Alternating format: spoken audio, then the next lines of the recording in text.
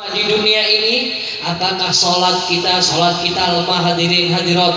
Sholat kita ketika kita berjamaah kita jarang, kita tidak pernah sholat berjamaah, bahkan kita sholat sendiri-sendiri terkadang kita meninggalkan sholat tersebut. Kadang sudah waktunya habis kita sholat sendiri, belum tentu sholat kita diterima oleh Allah. Sholat sendirian Allah kasih pahala satu. Ketika Allah kasih pahala satu, itu khusyuk diterima oleh Allah. Tapi ketika sholat kita tidak diterima oleh Allah, maka di situ kita nggak tahu apakah sholat kita yang akan menjadi jaminan. Awalu ma yuhasabu bil 'abdi yaumal qiyamah as-shalah. Besok yang jadi pertanyaan nanti ketika di kiamat hari akhir nanti, duduk gantengmu, duduk sogehmu, bukan kecantikanmu, tapi yang jadikan pertanyaan pertama nanti ialah masalah sholat. Sholat kita, apa amalan apa, ibadah apa yang akan kita andalkan ketika kita menghadap Allah? Amal ibadah apa yang akan kita andalkan hadirin? Sudahkah kita merasa siap jikalau dipanggil malam hari ini dicabut roh kita oleh Allah? Jikalau malam hari ini kita menghadap Allah, meninggalkan semuanya yang ada di dunia dan seisinya ini, yang kita cintai, keluarga kita akan kita tinggalkan, anak yang kita lucu-lucu akan kita tinggalkan, orang tua kita tinggalkan, semuanya yang mencintai kita akan kita tinggalkan ketika kita menghadap Sang Khalik. Terus amal ibadah apa yang akan kita bawa hadirin hadirat? Ada 3 amalan yang akan menolong kita. Yang pertama al-ilmu.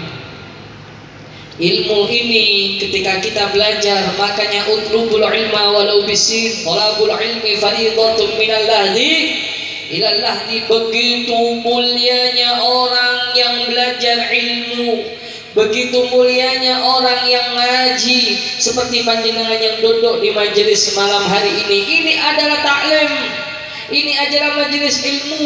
Karena apa? Karena sangat pentingnya orang yang belajar ilmu. Talabul ilmi fariidatun minallahdi ilallahdi.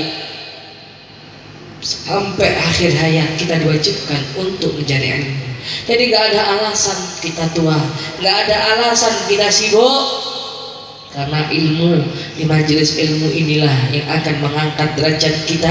Amin. Dan yang akan menolong kita. Amin. Ketika kita di alam barzah. Mudah-mudahan kuburan kita menjadi raudhah min riyadil jannah. Amin. Amin. Ya Allah ya Rabbal alamin. Apa yang akan menolong kita ketika nanti kita di alam barzah, yaitu sedekahtin jariyah. Ketika kita punya rezeki, ketika kita punya harta, kita sedekahkan untuk apa saja, untuk perjuangan Islam, untuk pembangunan Islam, untuk pondok pesantren, untuk masjid, untuk madrasah, untuk majelis taklim, untuk santri dan lain sebagainya. Harta kita nanti yang akan menolong kita ketika kita menghadap Allah, ketika kita berada di alam barzakh. Sudahkah kita semua amalan-amalan 3 ini? Dan yang ketiga adalah waladun soleh, anak yang soleh dan solehah. Bagaimana keadaan anak-anak kita hadirin saat ini? Apakah anak-anak kita saat ini berada di pondok pesantren? Ataukah anak-anak kita di malam minggu berdandan rias, hura-hura dan puas-puas? Mereka terjebak di dalam maksiatnya malam minggu, mereka terjebak di dalam narkoba, terjebak di dalam zina, terjebak di dalam mabuknya. Bagaimana keadaan anak kita? Apakah anak kita saat ini sedang mendoakan kita duduk di majelis ilmu seperti kita? Ataukah anak kita nggak tahu di mana posisinya saat ini? Anak yang bisa menolong kita ketika kita di dunia, dan anak bisa menolong kita ketika kita di alam barzah dan di akhirat. Tapi anak bisa menjerumuskan kita di dunia, anak bisa menjerumuskan kita di alam kubur, anak bisa menjerumuskan kita di akhirat. Oleh karena itu tidak ada solusi yang lain kecuali anak kita titip no bu di jerone pondok pesantren. Lek wis di jerone pondok pesantren sama nggak mikir opo-opo, siji mikir golek duit kayak sakune anak ning jero pondok ya opo anakku. Setiap anak sampai ngaji mengalir pahala kepada kedua orang tua, menjadikan orang tua tambah nyambut gawe tambah gampang, tambah mudah. Lek anak di jero pondok apakah jadi kita kerja makin berat? Tidak. Ketika anak ditaruh di pesantren ini mengalir keberkahan sehingga orang tua bekerja itu dimudahkan oleh Allah. Oh no rezeki. Kalau sudah anak di pondok, nanti ketika kita mati siapa yang akan menolong? Yaitu anak. Tapi kalau anak kita sekolahkan sampai tinggi gak mengenal agama, maka nanti gak ada yang menolong kita. Bahkan kuburan wong tuane karo. Saben malam Jumat ahli kubur oleh nang omah anggo njaluk donga. Wacan Quran najan sakalimat lamun ora dituruti banjur bali mbrebes mili terus bali nang kuburan mangku tangan tetangisan. Terus sholli wa sallim kebacut temenan ger anak putu terus orang dua isin tinggalanku disana terus bali dunia dijaluk kabeh dunia nih tinggalanku sing si ono Salli wa salim da iman ala mada Salli wa salim da iman ala mada wal ali wal ash'ar qad wahana wal ali wal ash'ar biman qad wahana. Paling penting ya imam al-mujahidin terutama ibu-ibu tangi wong tua ini keramat dengan ibu kayak wali ibu itu anak-anak kayak wali keramat ya Rasulullah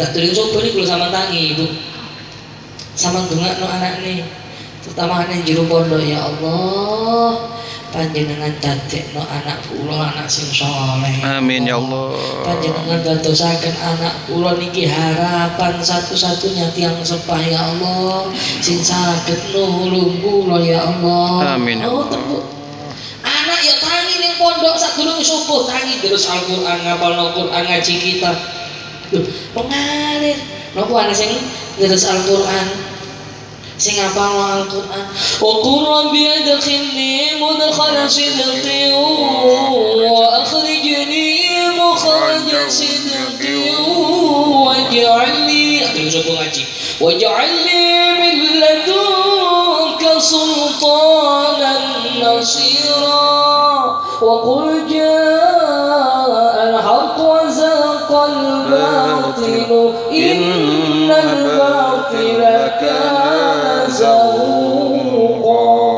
Ngalir tadi konek antara anak ibu konek gelombang positif tabrakan yang jero nang langit. Masya Allah malaikat bu sampai kesel. Jadi ini apa? 70.000 malaikat kesel nyatet keapian ini keluarga nih gua.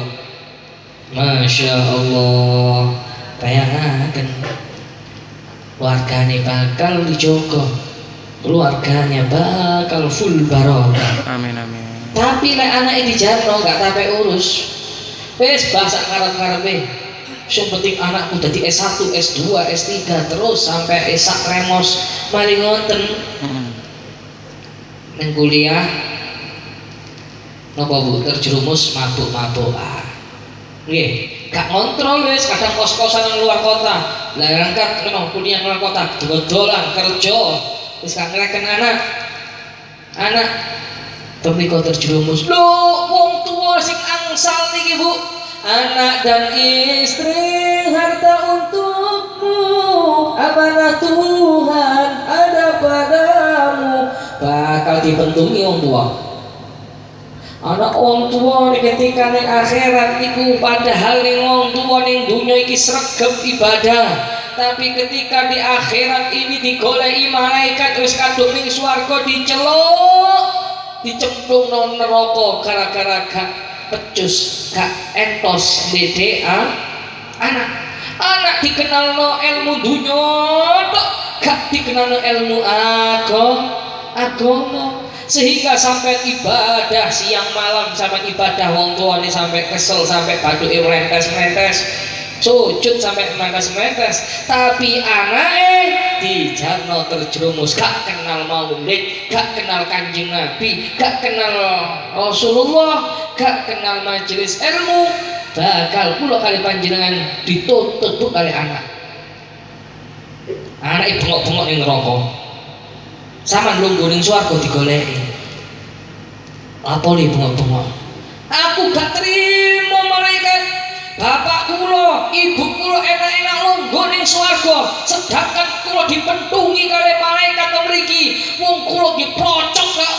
Kula lahir itu kok bapak kula lahir kok emak kula. Kok enak-enak mak bapak kula lungguh-lungguh mbek bidadari, sedangkan kula dipentungi kali malaikat. Gak terima malaikat. Nah, akhirnya sapa bapakmu digoleki Bu. Sapa emakmu digoleki. Dicemplungno, dijegono ning neraka. Walaupun sampai ning swarga, tapi lek iso ndhedhek anak sing sae, anak ditereng ning pondok, anak dadi hafid Quran, ahlul Quran hum ahlul wa khassatuhu, keluargane Allah bakal dijogo sing apal Quran dadi keluargane Allah. Bu, masih sampai ning neraka Bu, ning pojokan kesempit watu dipadha sampai gosok kabeh. Anak niki nangis ndonga ning swarga niku nangis. Dungo wafir ma janaha dhulli, dungo terus Allahumma ufir lana wa liwalidayna warhamhuma kama rabbayana shighara. Dungo, sudah nak, kamu jangan berdoa saja nak. Kenapa kamu berdoa saja? Malaikat, kula mboten purun mlebu swarga. Saya nggak mau di surga ini. Kenapa malaikat? Kenapa kamu nak? Kata malaikat, saya nggak mau di surga ini malaikat. Saya nggak mau. Kenapa? Karena orang tua saya yang melahirkan saya, yang mengorbankan nyawanya demi saya masih di neraka malaikat. Sudah nak, kamu di surga saja, gak usah ngurus wong tuamu. Wong tuamu itu udah gombes. Kon gak usah nurut, kon gak direken kok kon. Boten malaikat, boten malaikat. Akhirnya nopo? Sopo wong tuamu diceluk? Bapakmu sopo? Ibumu sopo? Diceluk, dipanggil, wis keslempet ning neraka, dientas ning swarga gara-gara anak niki menentu. Hati-hati sampean. Nggih, lek anak gak diurus, aja duwe anak. Nggih, karena anak inilah yang jadi penentu sampean, yang menjadi kula kali panjenengan iki selamat ning dunya, juga selamat di akhirat. Terjerumus di dunia juga terjerumus di akhirat. Kira-kira jelas tidak? Paham nggih? Nah, ini kula rawuh, ayo. Tidak ada solusi lain kecuali anak-anak kita titipkan di pondok-pondok pesantren. Pondok apa saja, yang penting bisa sambung, yang penting bisa mendoakan kita, yang penting anak ini nanti ketika kita sudah wafat di rumah dikuburani, ketika malam Jumat dikirim yasin, dikirim tahlil, dikirim maulid, kirim rotip. Dan inilah anak yang dimaksud oleh Rasul Soleh. Amin. Ya kubur, belum lagi di akhirat. Hadirin hadirat yang dimuliakan Allah. Mari karena itu ketika kita di majelis kita ajak anak kita. Jangan kita saja yang istiqomah. Istri kan kenalkan majelis. Kadang ibu-ibu yang ngono bojone sing lanang, bapake gak dikenal lo majelis. Ketika kuncang-kuncung bapakne majelis, ibune elok majelis, anake papat cilik-cilik melok majelis. Indah dipandang, sejuk dalam lingkungan. Amin amin. Ngoten lho Bu. Iku jenenge dakwah sak keluarga melu kabeh. Amin. Nggih. Wonten mriki sing bapak, sak anake, sak bojone, sak ibuke tumut sedaya. Amin. Wonten. Wonten nggih. Wonten. Seneng kan? Seneng Bu. Malam majelis malam minggu. Lek gak direken anake wah. Mesti ndelok napa niku trek-trekan terjerumus. Nek kathah tiyang malming-malmingan niku napa mae saiki serba online, transaksi apapun bisa lewat online, transaksi kemaksiatan lewat online banyak sekarang terjadi. Akses apapun kita pesen apa saja lewat online bisa, bahkan pesen transaksi perzinahan, transaksi mabuk, narkoba itu tinggal klik, semua serba ada, sama tinggal menunggu. Transaksi dukun santet ya ada juga lewat online. Buka Google, klik dukun santet Arya Wakil, sing metu akeh dukun santet area pakai saji, wah muncul semua. Nggak ada nomor BO, ngerti BO, guyu-guyu ya. Booking out. Ada semua, mau transaksi apa saja itu ada Bu. Hati-hati kita jaga, apalagi handphone ini adalah di zaman saiki wa ismu magbaru min afima. Banyak madorotnya daripada manfaatnya. Kadang anak itu lebih pintar daripada orang tua, diakali toh. Kan di situlah adalah racun, yang di situlah handphone ini bisa menjerumuskan ke dalam kemaksiatan. Auzubillahi min dzalik. Tapi kalau di pondok, wis tau ono sing HP-an. Karena apa? Ketika sampeyan pondok kok HP ini disita terus gak kerasan, nah berarti niatmu itu bukan karena untuk mencari ilmu. Karena di pondok ini ditinggalkan semua urusan dunia. Ini adalah racun. Ini adalah yang menjerumuskan kita ke dalam kemaksiatan yang dilarang oleh Allah Subhanahu wa taala. Sehingga apa? Ketika ngapal Al-Qur'an nggak bisa fokus. Ketika ngapal hadis nggak bisa fokus. Ketika ngaji nggak bisa fokus. Karena apa? Yang dilihat di handphone ini penuh dengan racun. Nauzubillahi min dzalik. Jadi gitu. Kalau sama di pondok wis gak mikir opo-opo. Pun mboten mikir napa-napa, anak disanang kiai, anak sing tanggung jawab dunia akhirat gurune. Jadi wis ning pondok gak mikir apa-apa, mau digepuki apa disita HP-nya atau apa. Nah, niku wis tujuane anak niku ben bener-bener ngaji ilmu agama. Tapi nek kita terlalu manja kepada anak jaluk apa dituruti, sembarang dituruti, akhirnya wong tua sing palang kabut. Karena apa? Terlalu manja. Nggih napa nggih? Coba nek anak sing selalu dimanja Bu, anak terlalu dimanja jaluk apa keturutan, jaluk sembarang keturutan, akhirnya sing soro niki bakale wong tuane sing soro. Makanya salah, mulai pun anak ten pondok, pun wis pasrah, wis yai, kula pasrah pun sak kerson jenengan seperti kula kepingin yai, anak kula kita terus anak sing soleh, anak kula kita terus anak sing apal Quran, mboten terganggu sinten-sinten, anak kula niki mboten terganggu napa-napa ten dunya ten jaba niku pun kata gangguan-gangguan. Kula dereten pondok yai, sing penting anak kula saged apal Quran, sing penting anak kula saged ngerti agama. Wis cul. Ngoten lho. Insyaallah anak sampean bakal anak tapi sik dilulu wae. Wong tua-tua wis di pondokno kadang sik tasik cawe-cawe. Ya boleh nang kono le, kerasan enggak? Aduh mak, nek kono pusing mak, gak iso delok-delok mak, gak iso delok cewek mak, gak iso HP-an mak.